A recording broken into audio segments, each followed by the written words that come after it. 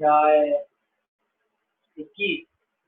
ठीक है, संचार अध्याय 21 श्लोक संख्या 21। ओके, आवाज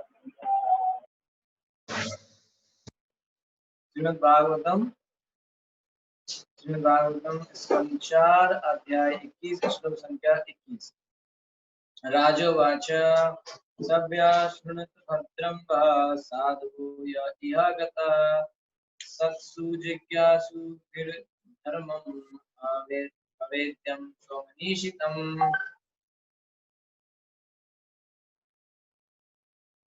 राजा उवाच, राजा ने कहा,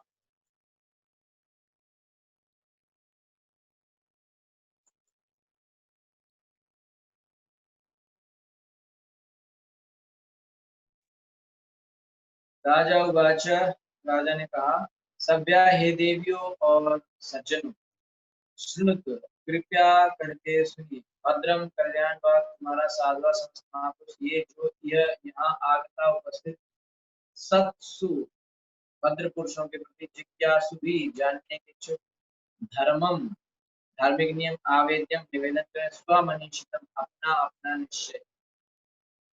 राजा पृथु ने, अब कल हमने देखा था कि राजा पृथु जो है वहाँ आए हुए हैं यज्ञ में और उन्होंने यज्ञ हो रहा है और वहाँ पे वो खड़े होकर फिर सारी प्रजा को उन्होंने संबोधित किया, तो वहीं पे वो बोलना शुरू करे। कल हमने उनके शरीर के सुंदरता और उनकी वाणी की गंभीरता और उसके बारे में चर्चा किया था।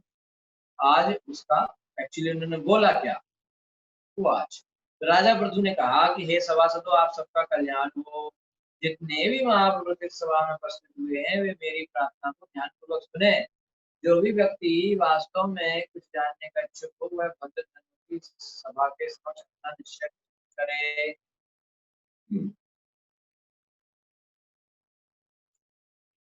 तात्पर्य, विष्णु श्लोक में साधवा समस्त महापुरुष तो अत्यंत महत्वपूर्ण है। जब कोई व्यक्ति महान एवं विख्यात होता है, अनेक दुर्जन उसके शत्रु बन जाते हैं। जब कोई फेमस होता है, महान बनता है, तो बहुत सारे लोग उसके शत्रु बन जाते हैं, क्योंकि भौतिकतावादियों का स्वभाव क्या है? ईर्ष्या करना। किसी भी सभा में कई प्रकार के लोग रहते हैं, अतः महाराज सभा में भी अनेक शत्रु उपस्थित रहे होंगे। ठीक है, मैंने ये जो वैष्णव जो है वो किसी को अपना शत्रु नहीं मानता, तो कई लोग उसको शत्रु मान सकते, कई लोग उसको शत्रु मान सकते कि ये मेरा दुश्मन। वैष्णव अपनी तरफ से किसी को दुश्मन नहीं मानता। ठीक है, तो महाराज पृथु की सभा में भी अनेक शत्रु उपस्थित रहे होंगे, भले भी अपने आप को व्यक्त ना कर सके, किंतु महाराज पृथु को ऐसे लोगों की चिंता ना थी। किंतु महाराज पृथु को ऐसे लोगों की चिंता थी जो भद्र थे। अतः सर्वप्रथम उन्होंने समस्त भद्र पुरुषों को संबोधित किया। उन्होंने ईश्वरालु की परवाह नहीं की, उन्होंने अपने को राजा के रूप में स्तुति किया, क्योंकि वे ऋषियों तथा साधु पुरुषों की सभा के समक्ष अत्यंत भाव से अपने विचार करना चाह रहे थे। तो उनकी सभा में भी प्रभुपाद जी कह रहे हैं कि हो सकता है उनकी सभा में भी हो कुछ लोग शत्रु टाइप के, लेकिन उन्होंने उनकी परवाह नहीं की। उन्होंने भद्र लोग जो अच्छे लोग हैं पहले उनको एड्रेस किया। ठीक है, तो विश्व सम्राट होने के कारण वे अब उन्हें आज्ञा दे सकते थे, किंतु वे इतने विनीत तथा ईमानदार थे कि उन्होंने अपने प्रौढ़ निश्चय को स्पष्ट करने के लिए सर्व स्वीकृति के लिए प्रस्तुत किया। ठीक है, इस जगत का प्रत्येक प्राणी गुणों से बद्ध होने का 4 अवगुणों से युक्त रहता है। यद्यपि पृथु महाराज इन सबसे ऊपर थे, तो भी उन्होंने सामान्य व्यक्तियों के समान अपने विचार वहां पर ऋषि तो उन्होंने जो ऋषि मुनि थे उन सबसे कहा कि मैं जो बता रहा हूँ, ठीक है, मैं जो बोलने जा रहा हूँ आप सुने। ठीक है, और जो है फिर आप जो भी महापुरुष यहाँ है सब लोग मेरी बात ध्यान दें। जो व्यक्ति वास्तव में जानने का इच्छुक होता है तो जैसे प्रभुपाद जी क्या कह रहे हैं कि वो तो राजा थे, तो राजा होने के कारण वो किसी को भी कुछ भी जो है आदेश दे सकते, तो व्यक्ति करना पड़ेगा, लेकिन वो विनम्रता पूर्वक ऐसा नहीं कर रहे हैं, बल्कि लोगों से कह रहे हैं कि आप भी सलाह दीजिए कि क्या किया जाना चाहिए। ठीक है। अहम दंडधरो राजा प्रजानां ये योजिता रक्षिता वृत्तिदास्वेषु शेतेषु स्थापिता प्रजा। अहम मैं दंडधरा राजन धारण करने वाला राजा, राजा प्रजानाम प्रजा का ये संसार में योजिता तत्पर रक्षिता रक्षक व्यक्तिता आजीविका देने वाला श्रेष्ठ अपने आप से खुश अपनी अपनी सामाजिक व्यवस्थाओं में मर्यादा में स्थापिता स्थापित पृथक अलग अलग। राजा पृथु ने आगे कहा भगवत के पासे में श्लोक का राजा नियुक्त हुआ हूँ और मैं प्रजा का शासन करने उसे विपत्ति से बचाने तथा वैदिक आदेश से स्थापित सामाजिक व्यवस्था में प्रत्येक सामाजिक व्यवस्था में प्रत्येक स्त्री के अनुसार उसे आजीविका प्रदान करने के लिए राजा कर रहा हूँ। ठीक है। तो राजा का क्या काम होता है? विपत्ति से बचाए प्रजा। दूसरा, वैदिक आदेशों से स्थापित सामाजिक व्यवस्था में समाज में वैदिक आदेश का पालन हो रहा है कि हो रहा है इसका जो है वो व्यवस्था करे राजा। और प्रत्येक की स्थिति के अनुसार सब लोग अपना अपना आजीविका का काम कर रहे हैं, ये राजा का इसका पता करना। तो ये माना जाता है कि राजा की नियुक्ति भगवान द्वारा लोग की रक्षा के लिए की जाती है। प्रत्येक लोक में अधिष्ठाता व्यक्ति होता है, जिस प्रकार आजकल प्रत्येक देश का एक राष्ट्रपति होता है। यदि कोई राष्ट्रपति या राजा होता है तो यह समझना चाहिए कि उससे यह ईश्वर है। अगर कोई राजा बन जाए, कुछ ऐसा बन जाए तो मानना चाहिए कि ईश्वर के द्वारा दिया हुआ है ये पद। ठीक है। तो वैदिक पद्धति के अनुसार राजा को क्या मानना चाहिए? ईश्वर का प्रतिनिधि मानकर उसको राजा प्रजा द्वारा राजा का मानव रूपी ईश्वर के ही समान आदर किया जाता है। वैदिक पद्धति के अनुसार राजा को ईश्वर का प्रतिनिधि मानकर प्रजा द्वारा उसका मानव रूपी ईश्वर का मानव रूपी ईश्वर के ही समान आदर किया जाता है।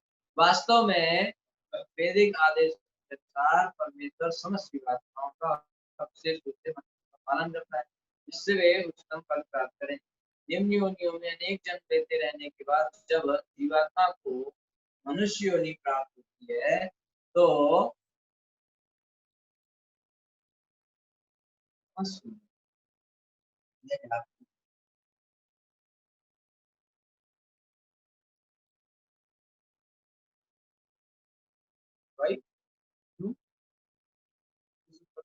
तो निम्न योनियों में अनेक जन्म लेते रहने के बाद जब जीवात्मा को मनुष्य योनि प्राप्त होती है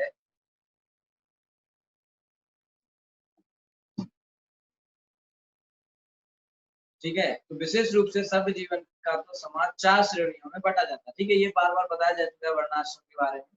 जैसे भगवान ने गीता में कहा है चातुर्वर्ण में 4 वर्ण ब्राह्मण क्षत्रिय वैश्य शूद्र समाज के प्राकृतिक वर्ण है। और जैसा कि महाराज की घोषणा की कि प्रत्येक वर्ण के प्रत्येक व्यक्ति को जीवन का धन का साधन प्राप्त होना चाहिए। जो जिस वर्ण का है उसको उसके हिसाब से अपना जीवन चलाना चाहिए। नहीं है तो राजा की जिम्मेदारी है कि वो अरेंज करे। ठीक है, मैंने बेरोजगार ना घूमे, किसकी जिम्मेदारी? राजा की। लोग बेरोजगार ना हो। दूसरा, लोग अपने गुण और कर्म के हिसाब से काम। अब कोई व्यक्ति है उसको नहीं अच्छा लगता है कोई जॉब, लेकिन मजदूरी करनी पड़ रही है, ऐसा नहीं होता वैदिक समाज। वैदिक समाज में राजा ये निश्चय करता है कि जिसका जैसा नेचर है, जिसकी प्रकृति है, वो व्यक्ति अपनी प्रकृति के हिसाब से जॉब करे। ठीक है। तो राजा सरकार का क्या कर्तव्य है? कर्तव्य है कि वो देखे कि लोग वर्णाश्रम धर्म का पालन करें, हाँ अपने अपने व्यवसाय में लगे रहें। आधुनिक समय में सरकारी या राजकीय संरक्षण प्राप्त न होने से सामाजिक व्यवस्था लगभग खत्म हो गई। किसी को भी ज्ञात नहीं कि कौन अभी आजकल किसको क्या, किसी को भी ये बात का ज्ञान नहीं है कि कौन ब्राह्मण है, कौन क्षत्रिय है, कौन वैश्य है, कौन शूद्र है। किसी को जानकारी नहीं है। क्यों? क्योंकि ज्यादातर लोग तो अपने जन्म से मानते हैं, जन्म से तो डिसाइड होता नहीं है। तो मैं सिंह हूँ, मेरा बच्चा भी सिंह ही पैदा होगा, ऐसा लोगों को लगता है। ठीक है, कहते ना शेर का बच्चा बकरी नहीं हो सकता ऐसा नहीं होता है। वर्ण जन्म से डिसाइड नहीं होता। ठीक है, लोग अपने को जन्म से ही किसी वर्ण के विषय से संबंध बात बताते, जो प्रोपाल जी बता रहे हैं। सरकार का कर लोगों को जन्म से नहीं डिसाइड कर लेना चाहिए, उनको अपना गुण और कर्म देख के पता करना चाहिए। तो आजकल तो कोई जानता नहीं है गुण कर्म के हिसाब से कि मैं ब्राह्मण कैटेगरी में हूँ, क्षत्रिय में हूँ, जन्म के हिसाब से मैं ये हूँ, तो वो नहीं है ना। असली चीज है कि गुण और कर्म के हिसाब से पता करें कि ब्राह्मण है, क्षत्रिय है, कि वैश्य है, शूद्र है, किस कैटेगरी में आते हैं। तो नहीं पता चल रहा है तो गुरु से पूछना चाहिए, तो वो बताएंगे कि आपका ऐसा करिए, आपको ये तरह के काम जॉब करनी चाहिए। ठीक है। अच्छा, आगे सरकार का कर्तव्य है कि वह व्यक्तिपरक कार्यों तथा भौतिक प्रगति के गुणों के अनुसार वर्णाश्रम व्यवस्था स्थापित करे, जिसे संपूर्ण संसार सुसंस्कृत हो।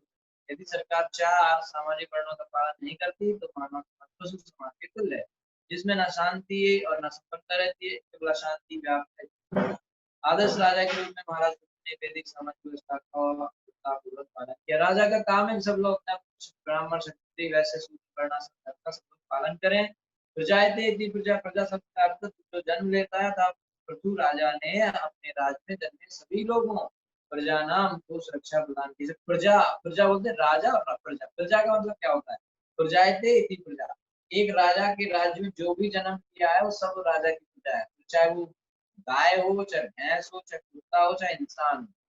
ऐसा नहीं मानना चाहिए कि प्रजा का मतलब सिर्फ इंसान। उस राज्य के राज्य में जिसने जन्म लिया है उस सब राजा की प्रजा मानी जाएगी, उस सबका रक्षा करना राजा करता है। ये नहीं है कि इंसान को बचाने के लिए जानवरों को कटवा के खिला दो। तो यहाँ आधी प्रजा है इंसान, आधी प्रजा जानवर, तो आधी प्रजा को बचाने के लिए दूसरी प्रजा को क्यों मार दिया भाई? जानवर भी तो प्रजा है, तो उनकी भी रक्षा होनी चाहिए, पेड़ पौधों की भी रक्षा होनी चाहिए। ठीक है। चतुष्कंध है, वो एक पेड़ वेड़ काटे जा रहे तो उसके राजा ने कहा नहीं आप पेड़ नहीं काट सकते, वो भी हमारी प्रजा है। समझ में आ रहा है कि नहीं? तो प्रजा का मतलब हुआ कि जिसका जन्म उस राज्य में, वो सब प्रजा है। प्रजा का अर्थ न केवल मनुष्य है, बल्कि इसमें प्रजा में कौन कौन आ गया? सब प्रजा में पशु, पेड़ पौधे, अन्य सजीव प्राणी, सब प्राणी आते हैं, सजीव प्राणी। ये राजा कर्तव्य है कि सभी को संरक्षण दे तथा भोजन प्रदान, सबको खाना मिलना चाहिए। ऐसा नहीं कि इंसानों के खाने की व्यवस्था है और जानवरों के लिए नहीं है, ऐसा नहीं। आधुनिक समाज के मूर्ख तथा धूर्त जन सरकार के उत्तरदायित्व क्षेत्र को नहीं जानते। पशु भी उसी भूमि की प्रजा है जिसमें उनका जन्म होता है, और उन्हें भी भगवान के सहारे सरकार प्राप्त है। जानवरों को भी प्रजा ही मानना है, प्रजा ही है वो, मानने से क्या, प्रजा ही है, तो उनकी भी रक्षा होनी चाहिए। पशुओं की बड़े पैमाने पर हत्या से पशु की संख्या में वृद्धि के कारण कसाई देश सरकार को भी जाएगा। ठीक है। तो आजकल जिस तरह से कसाई घर चलाए जाते हैं सब अच्छा नहीं है, सरकार खुद लाइसेंस देके चलवाती है, सब अच्छा नहीं है। सरकार को चाहिए कि न सिर्फ इंसानों का बल्कि जानवरों का भी ध्यान रखा जाए, और उनकी रक्षा हो, पेड़ पौधों की रक्षा हो, सभी सजीव प्राणियों की रक्षा हो, सभी प्रजा। ठीक है। तस्य में तदनुष्ठानाद्याना ब्रह्मवादिना लोकासु काम संदोहा यस्य तुष्यति इष्टद्रेक तस्य, उसका मैं मेरा तत्व उस अनुष्ठानात् संपन्न करने से यान वह जो आहु कहा जाता है ब्रह्मवादिना, वैदिक ज्ञान के वेत्ता, लोका भूखंड शिव हुए, काम संदोहा इच्छित लक्ष्य की पूर्ति के लिए, यस्य जिसका प्रसिद्ध होता है, दृष्ट दृक नियति का दृष्टा। महाराज बिरजू ने कहा कि मेरा विचार है कि राजा के कर्तव्य पालन करने से मैं वैदिक ज्ञान के वेदताओं द्वारा वर्णित अभीष्ट उद्देश्य प्राप्त कर सकूंगा। यह गंतव्य निश्चय ही भगवान की प्रसन्नता से प्राप्त होता है, जो समस्त नियति का दृष्टा। महाराज प्रभु ने ब्रह्मवादिना, वैदिक ज्ञान में दक्षिण द्वारा शब्द पर बल दिया है।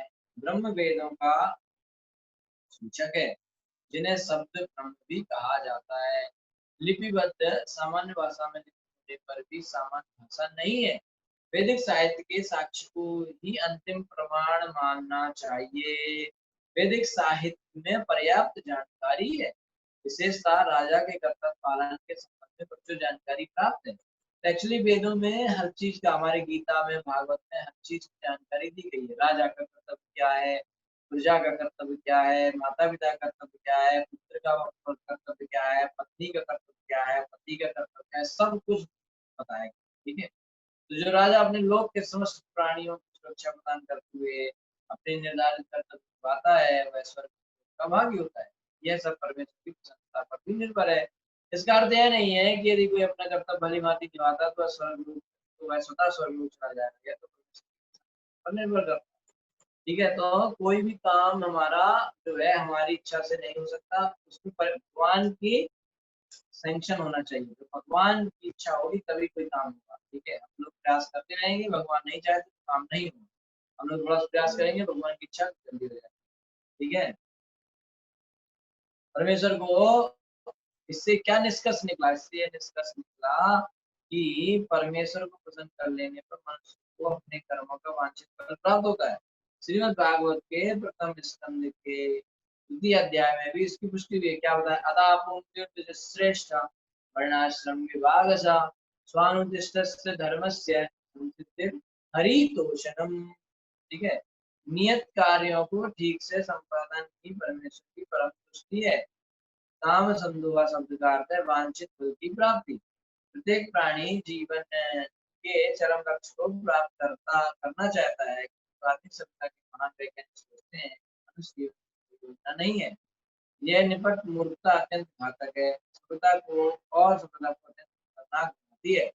लोग प्रकृति के उन नियमों को नहीं जानते जो परमेश्वर के आदेश हैं। पक्के नास्तिक, क्या नास्तिक होने के कारण उनका ईश्वर के अस्तित्व तथा उनके आदेशों पर कोई विश्वास नहीं होता। अतः वे नहीं जान पाते कि प्रकृति किस प्रकार कार्यशील है।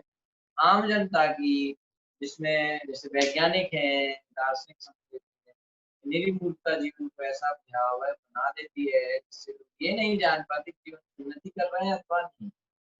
भगवद गीता में 7:5-30 के अनुसार वे संसार के ज्ञानतम क्षेत्र की ओर अग्रसर हो रहे हैं। ठीक है, यहाँ पे प्रभुपाद जी भागवतम का श्लोक कोट करें, अदांत गोविर विश्रांत मिश्रम। अतः दार्शनिकों या फिर वैज्ञानिक या फिर सामान्य जनों को जीवन की नियति के विषय में सही ज्ञान प्रदान करने के लिए कृष्ण भावना का आंदोलन चलाया गया है। किस लिए चलाया गया है?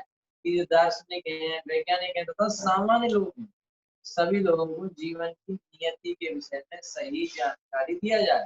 ठीक है, तो प्रत्येक व्यक्ति को इस आंदोलन से लाभ उठाना चाहिए और ये सीखना चाहिए कि इसका वास्तविक लक्ष्य क्या है। ठीक है, या उत्तरे करम राजा प्रजा धर्मेषु शिक्षयन् प्रजानां शमलं भुङ्क्ते भगं च स्वं जहाति स। या जो कोई राजा सदन उत्तरित वसूल करते कर्म करते राजा राजा प्रजा नागरिक धर्मेश अपने अपने कर्तव्यों में शिक्षण, उन्हें उनके कर्तव्यों की शिक्षा दी, उन्हें प्रजानाम नागरिकों का समलम अपवित्र भूलते भूखता भगम धन चा भी अपना जहाती त्यागता सवैरा है।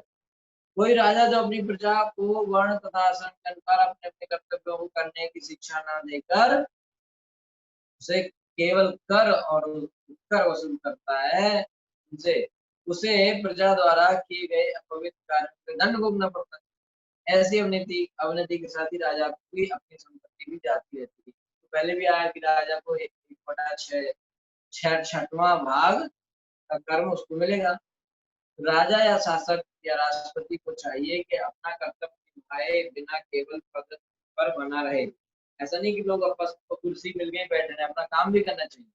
उसे अपने राज्य के अंतर्गत लोगों को सिखाना चाहिए कि वर्णाश्रम धर्म का कैसे निर्वाह किया जाए। यदि राजा ऐसे आदेश देने में ढिलाई बरतता है और मात्र कर लगाने में ही संतुष्ट रहता है, तो इस संग्रहण कार्य में जो इस संग्रहण कार्य में शरीक होते हैं कर्मचारी यथा सभी सरकारी कर्मचारी तथा राज्य का प्रमुख उन्हें जनता के कार्यों का भागी होना पड़ता है। देख लो, कर्म का चक्कर बहुत खतरनाक। ठीक है, अगर जैसे कोई सरकार है और वो अपने प्रजा का ध्यान नहीं रखती है, ठीक है, और उनको कोई नियम वगैरह पालन करने की सिखाते नहीं है, सब ऐसे चलते, तो उस राजा के यहाँ पे जो लोग भी होंगे कर्मचारी वगैरह, वो सब पाप की भागीदारी बनेंगे। जो प्रकृति जो धर्म के वैदिक नियम पड़ेगा उन सब उनको पाप पड़ेगा। प्रकृति के नियम अत्यंत सूक्ष्म है, कारण यदि कोई किसी पाप में स्थान करता है तो वहां पर घटित पाप के कर्म फल का भागी होता है। ठीक है, यदि कोई किसी पापमय स्थान पर भोजन करता है तो वह वहां पर घटित पाप के कर्म फल का भागी होता है। तो कोई जगह में पाप हुआ, वहां पे हम खाना खाएंगे तो उन्होंने जो पाप किया उसका हमें भी मिलेगा। ठीक है, ये सब प्रकृति के नियम बड़े खतरनाक हैं, कर्म का बड़ा चक्कर खराब है। मान लो किसी के घर में आप गए और वो लोग तो गलत काम करते हैं, पाप करते हैं, गलत काम करते हैं, आपने उनका खाना खा लिया तो वो सब आपको मिल गया बिल्कुल आराम से। उनके जो पाप कर्म है वो आपको भी मिलेंगे। ठीक है, तो कोई व्यक्ति का आपने झूठा खा लिया तो उसके कर्म आपको मिल जाएंगे आराम से, बढ़िया। अब उसने कोई गलत काम किया होगा, आप उसका परिणाम आपको ही भुगतना पड़ेगा। ऐसा है, कर्म का चक्कर थोड़ा खतरनाक होता है, इससे बच के रहना। ठीक है, इसलिए किसी का झूठा उठा नहीं खाना चाहिए।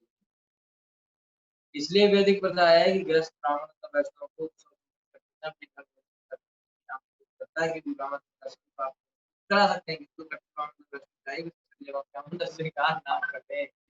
देखिए यहाँ प्रभुपाद जी बहुत बढ़िया बात बता रहे हैं इसलिए। ठीक है, कि जो गृहस्थ लोग होते हैं उनको तो वैदिक समाज में ये बताया गया कि आप आदमी को अपने घर में बुलाओ और खाना खिलाओ। क्यों? जब वो खाना आप क्या खाएंगे तो आपके कर्म उनके पास चले जाएंगे। तो लेकिन साधुओं को क्या बोला है कि ज्यादा दूसरों के घरों में खाना मत खाओ, आश्रम में खाओ या भीख मांग के खाओ। जैसे जा जाके खाओगे तो उनके कर्म तुम्हें मिलते जाएंगे। अगर तुमने अच्छे से भक्ति नहीं की तो लास्ट हो जाएगा, प्रॉब्लम हो जाएगा। ठीक है, हाँ, जिन भोजों में प्रसाद वितरित होता है वहां जाने में कोई प्रतिबंध नहीं है। लेकिन अगर कोई भगवान का प्रसाद बांट रहा है तो वहां जाने में कोई प्रॉब्लम नहीं है, वहां जाके आप प्रसाद दे सकते हो, प्रसाद में कर्म नहीं। ठीक है, नहीं, प्रसाद तो जो है उन्होंने भगवान को भोग लगाया तब प्रसाद बनाया, प्रसाद है उसमें आप उसका थोड़ी खा रहे हैं। जो जैसे किसी ने घर पे बुलाया और वो खाना खिला रहा है तो उसका कर्म आपको मिलेगा, लेकिन अगर प्रसाद खिला रहा है तो कुछ नहीं है। क्यों? वो अपना, आप उसका थोड़ी खा रहे हो, आप भगवान को प्रसाद खा रहे हो। उसने भगवान को भोग लगा दिया, बस उसका खत्म। ठीक है, पैसे तो किसी का कुछ नहीं है, सब भगवान का है, लेकिन फिर भी अगर उसके कस्टडी में था, उसने भोग लगा दिया भगवान और तो भगवान को दे दिया। अब जो वापस आया वो तो प्रसाद है, तो कोई भी खा सकता है, उसमें मेरा अधिकार थोड़ी, किसी का नहीं। उसको तो जो आएगा वो पाएगा। प्रसाद है भगवान को, प्रसाद है इसलिए उसको सब कोई ले सकते हैं। तो ऐसे अनेक छोटे छोटे से नियम है जिनका लोगों को ज्ञान नहीं होता। हिंदू कृष्ण भावना का आंदोलन विश्व के लोगों को इलाहाबाद वैदिक ज्ञान का वैज्ञानिक रूप से प्रचार करता है। तो हमारे इस फोन में हम लोग इसलिए इन सब बातों का बड़ा साइंटिफिक तरीके से प्रचार कर रहे हैं। ठीक है, ओके।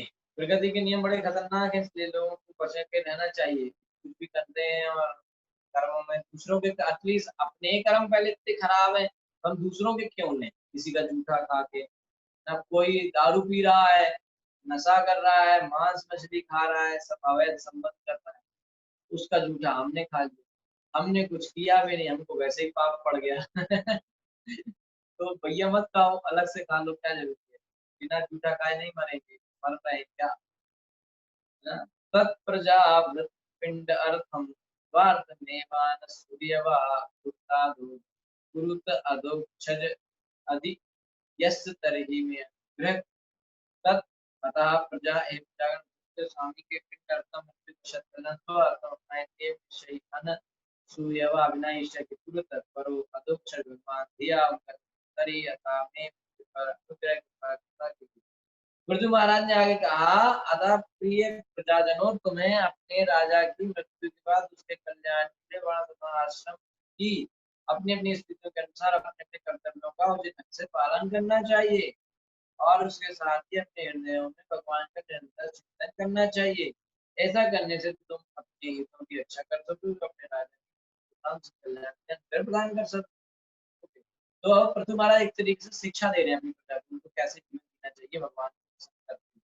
ठीक है, इस श्लोक में अधोक्षज दिया शब्द अत्यंत महत्वपूर्ण है, जिसका अर्थ है कृष्ण भावना। अधोक्षज दिया, कृष्ण में जिसका मन लगा हुआ है, अधोक्षज। राजा तथा प्रजा दोनों को कृष्ण भावना में भावित होना चाहिए, अन्यथा मृत्यु के बाद उन्हें में जाना होगा। राजा भी भक्ति करे, प्रजा भी भक्ति करे। उत्तरदायी सरकार को चाहिए कि सबों के लाभ हेतु कृष्ण भावनामृत की शिक्षा दे। सरकार को ऐसा करना चाहिए। कृष्ण भावनामृत के बिना राज अथवा नागरिक कोई भी जिम्मेदार नहीं बन सकते। राजा पृथु महाराज ने नागरिकों से विशेष रूप से अनुरोध किया कि वे कृष्ण भावना भावित हों और वे उन्हें यह सिखाने के लिए अत्यधिक उत्सुक थे। कृष्ण भावना का सार भगवत गीता में दिया गया, यत् करोसि यदश्नासि यत् करोसि तदासि तपस्वी भवति सुमदर्पणम। ठीक है, तो तू जो भी कर्म करे, जो कुछ खाए, जो कुछ दान दे और जो भी तपस्या करे वो सब कृष्ण भावना में करे, यह भगवान को करे। यदि सरकारी नौकरों समेत राज्य के सारे लोगों को आध्यात्मिक जीवन की विधि सिखा दी जाए तो ऐसे द्वारा भी विकास से कड़ा से साधन पा सकता है, क्योंकि वे प्रभावित नहीं होंगे। ठीक है, तो जो कुछ भी करें भगवान को अर्पण करके भी करें, यही है सिद्धांत है, नहीं तो बड़ा मुश्किल। ठीक है, भगवान ने कहा है कि जो कुछ करो उसकी करो मेरी। ठीक है, ओके। 26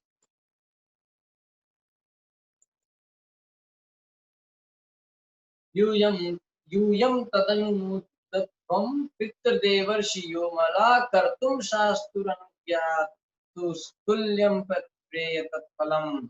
यूयम यहाँ पर उपस्थित तुम सभी तक उस अनुमोदध्वम मेरे प्रस्ताव का अनुमोदन करें। पितृलोक से आने वाले लोग, स्वर्ग से आने वाले लोग, ऋषिया बड़े बड़े मुनि तथा साधु पुरुष, अमला पाप पर उसने कर्तु करता शास्तु आज्ञा देने वाला अनुग्रातु समर्थक का तुल्यम समानियत फलम फल। मैं समस्त, आगे पृथु महाराज कह रहे हैं अपनी प्रजा से कि मैं समस्त शुद्ध अंतःकरण वाले देवताओं, पितरों तथा साधु पुरुषों से प्रार्थना करता हूँ कि वे मेरे प्रस्ताव का समर्थन करें, क्योंकि मृत्यु के पश्चात किसी भी कर्म का फल इसके कर्ता आदेश का तो समर्थक के द्वारा समान रूप से भोग्य होता है। पृथु महाराज का शासन परिपूर्ण था, क्योंकि वह अवैधिक आदेशों के अनुसार चलाया जा रहा था। पृथु महाराज पहले ही बता चुके हैं कि सरकार का मुख्य कर्तव्य यह देखना कि सभी लोग अपना अपना कर्तव्य निभा रहे हैं कि नहीं, कृष्ण के पद तक ऊपर उठे लोग भक्ति कर रहे हैं कि नहीं कर रहे हैं, ये सरकार काम है। तो सरकार को इस तरह चलाया जाए कि प्रत्येक व्यक्ति स्वतः कृष्ण भावित हो जाए। अतः राजा पृथु चाह रहे थे कि इसमें उनका संपूर्ण सहयोग दें। तो भगवान के सबको क्या करना चाहिए कि कृष्ण भावना के पद तक आना चाहिए, कृष्ण भावना की भक्ति तक आना चाहिए। और सरकार को इस तरह चलाया जाए कि सरकार कैसे अरेंजमेंट करेगी, हर व्यक्ति कृष्ण भक्ति से जुड़े, ऐसा सरकार को अरेंजमेंट करना चाहिए घूम फिर के। लेकिन अभी उल्टा होता है, ऐसे अरेंजमेंट करते हैं कि लोग भगवान से दूर जाए। ठीक है, तो अतः राजा पृथु क्या चाह रहे थे कि वे इसमें उनका संपूर्ण सहयोग दे प्रजा। ठीक है, क्योंकि उनकी सहमति होने पर मृत्यु पश्चात उन्हें भी राजा की समान लाभ मिलेगा। यदि कुशल राजा होने के कारण पृथु महाराज को स्वर्ग की प्राप्ति हो, उनका सहयोग देने वाली प्रजा भी उनके साथ लौट सके। क्योंकि इस समय जो कृष्ण महानवमी आंदोलन चला जा रहा है वह शुद्ध प्रामाणिक है और महाराज चरण चिन्ह का अनुसरण कर रहा है, अतः जो भी इस आंदोलन में है या इसके नियमों को स्वीकार करता है उसे वही जो कृष्ण महानवमी रूप से वाली कार्यकर्ताओं को मिलेगा। ठीक है, तो अभी आजकल तो इस्कॉन का प्रचार चल ही रहा है, लेकिन जो शुद्ध भक्त हैं और जो प्रमाणिक भक्त हैं उनको उनको ही हमें फॉलो करना है, नहीं करना है। ठीक है, और जो प्रभुपाद जी कह रहे हैं कि इस्कॉन इस समय अच्छे से भक्ति का प्रचार कर रहा है, महाराज के बताए हुए रास्ते पर चल रहा है। ठीक है, तो इस तरीके से जो इसका सहयोग देगा और हमारे इस्कॉन के नियमों को मानेगा उसे वही फल मिलेगा जो कृष्ण कार्यकर्ताओं को मिलेगा। ठीक है, तो जैसे अगर कोई व्यक्ति बहुत अच्छे से प्रचार कर रहा है, ठीक है, और कोई व्यक्ति उसकी मदद करता है, सहयोग करता है प्रचार करने में, तो जो प्रचार करने वाले को जो भगवान की कृपा से जो फायदा मिलेगा वही उसको मिलेगा जो सहयोग कर रहा है। बराबर, ये लिखा है। ठीक है, तो 27वां श्लोक हम अभी करेंगे और अभी ये डिस्कनेक्ट हो जाएगा, तो आप जो है दोबारा से ज्वाइन कर सकते। ठीक है, 27 श्लोक से हम अभी, अरे फिर से ज्वाइन कर लीजिए। हरे